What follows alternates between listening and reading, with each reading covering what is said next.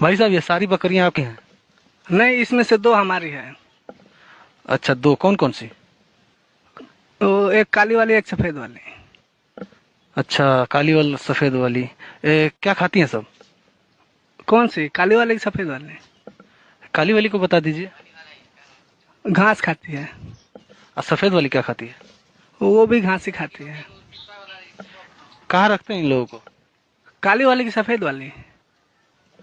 अरे भाई, सफेदे वाली बता दीजिए। उधर बाहर मड़ई है, उसी में रखते हैं। और काली वाली को कहाँ रखते हैं?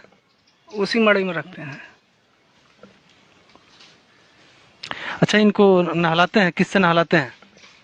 कौन सी, काली वाली को कि सफेद वाली को? काली वाली को बता दीजिए। पानी से। और सफेद वाली को किससे नहलाते हैं? उसको भी पानी से नहलाते हैं। अरे मूर्ख कहीं का, जब दोनों को एक एक का करता है, जब काली वाली सफेद वाली, काली वाली सफेद वाली क्यों